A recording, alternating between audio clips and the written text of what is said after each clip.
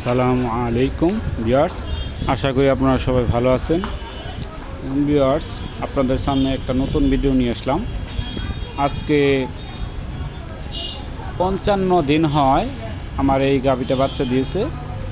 55 দিন পরে আমি আজকে কিডনির ডোজ দিলাম, বাচ্চাকেও দিলাম একটা এবং গাভীকে দিলাম 3টা।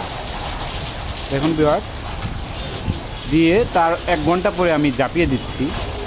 জাপিয়ে দেওয়ার কারণ কিডনির ডোজ দিলে জাপিয়ে দিতে হয়, ঝাঁপিয়ে না দিলে গরুটা অনেক এই গরমের জন্য অনেক করে হাঁপায়, এজন্য আমি জাপিয়ে দিচ্ছি। এটা নিয়েও জাপিয়ে দিলে গরুটা ভালো থাকে, ঠান্ডা থাকে। তবে গরুটা অনেক শান্তশিষ্ট, তো যেভাবে মন সেভাবে ডলেন, যেভাবে মন সেভাবেই করেন, কোনো নড়াচড়া করবে না, এত শান্ত তা বলার মতো না। বাছুরটাও দেখুন কেমন অবস্থা, একটু পানি দিলেই খালি এ পাশ থেকে ও পাশে যাচ্ছে, ও পাশ থেকে ও পাশে যাচ্ছে, এত চালু বাছুরটা তা বলার মতো না। দেখুন ভিউয়ার্স, আমি সবগুলা গরু আমি ঝাঁপিয়ে দিচ্ছি। প্রত্যেক দিন সকালে আমার এটা কাজ, ঝাঁপিয়ে দেবো, গরুগুলা ঝাঁপিয়ে দেবো এবং ঘাস কাটবো, ব্যাস এটুকুই। আর সম্পূর্ণ আমার ওয়াইফ দেখাশোনা করে সারাদিন।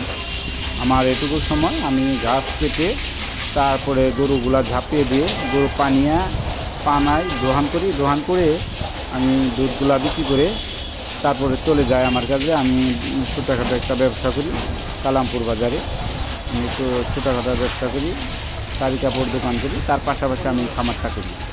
তবে আমার গরুটা পালা আমার নেশা নয়, আমার পেশা। কিন্তু এটা এটা আমার ভালো লাগে, খুব ভালো লাগে, এজন্য আমি গরু পালন করি।